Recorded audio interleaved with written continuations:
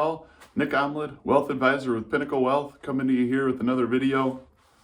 A common question we get in our office is, should I be contributing to my 401k? Should I be contributing to an IRA? What should I be doing as far as a balance for those accounts? So let's explore that a bit. One of the first things we want to do is talk through the differences. So 401k, what is it? Some others of you may hear terms like 403b. Others of you who are more self-employed or work for small businesses may hear terms like a simple plan, a SEP, a solo 401k, but we're going to unpack those in a later video. So today, the 401k, the 403b, both of those are employer-sponsored programs. So your job's going to offer an opportunity to contribute to some sort of retirement plan, whether it's 401k or 403b, and oftentimes those will come with a match included up to a certain percentage that you put in. They're defined contribution plans, so you and the employer can put up to certain amounts into a plan like that. The money that goes into those accounts is going to be pre-tax, so you're going to put money into those accounts before you ever pay tax on it. The money, when it grows, is going to grow tax deferred, and you're not going to pay any tax on it until you retire and you decide to start taking distributions from that account, at which time you're going to pay ordinary income tax, whatever your rate may be when you retire, on the sum you put in initially that you didn't pay tax on and the growth that was on that account. So that's just a quick broad level overview on the 401k. Now the IRAs, there's two different types. There's traditional IRAs and there's Roth Iras. A traditional IRA is going to operate a little more like the 401k, where you're going to put money in and you're going to get a tax benefit right off the bat for putting the money in. So you're going to get to write that off on the taxes, and at that point, the money's going to be in there. When it grows, the money's going to grow tax deferred, so you're never going to have to worry about paying tax on that until the time that after age 59 and a half, or upon retirement when you decide to start taking from the account and you start to withdraw. Again, in a traditional IRA, you're going to pay tax on the money that you put in and the growth of that account at ordinary income.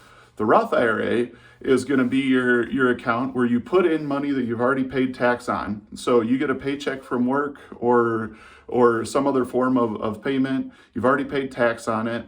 That money can go into the Roth IRA.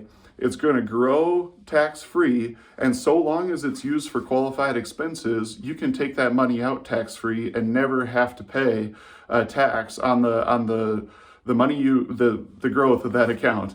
So that's kind of how the different accounts work. Now the question becomes, what do we do? What do we put where? Well, the number one thing to look at and the number one question to ask yourself is, are you eligible for a match from work through your 401k or 403b plan? If the answer to that is yes, your number one priority a lot of times should be looking at contributing whatever you can to that plan to maximize the match that they're willing to give you. That's money that the company is willing to put into the plan for you, and you need to take advantage of that. So that's always number one, is if they offer a match, try to take advantage of it.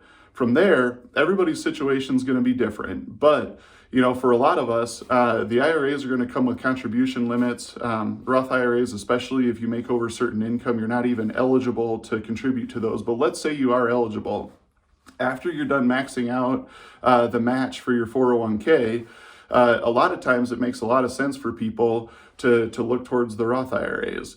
Because when you get to retirement, you want to start to diversify your taxable income. If all your income is in a taxable bucket, you're gonna have an interesting tax situation come retirement. So a lot of people will look to diversify that and say, well, I'd like to build at least a pool of dollars that when I get to retirement, I can take tax-free. That's your Roth IRA. So a lot of people, once they're done matching, getting whatever they can for the company match, will go and they'll start packing money away into a Roth IRA up to the allowable amount that they can inside those Roth IRAs. If you're getting the match at work, you're maximizing your Roth IRA, and there's still more that you want to put into retirement funds or you need to put in retirement funds, that's where oftentimes you look back to your work-sponsored program and say, hey, I'm going to contribute more into that plan than what's going to get matched. but I'm going to get to write it off on my taxes. It's going to grow tax deferred, and you can do that up to an allowable amount in those accounts as well. So again, there's a lot to unpack there, but that's just a high level, broad concept on how a lot of people are kind of looking at using this system. Again, everybody's situation is unique, but we get the question a lot, and we just wanted to make sure to give you guys some answers on something to look at. If you want us to look at your specific situation, we'd absolutely be honored to do it. Just give us a call, and we'd be glad to look at your situation, everything you have access to, and help walk on that path with you and help you figure out what's going to be best for you and the goals that you have for you and your family. All right, you guys have a great day, and we'll look forward to coming to you with another video soon.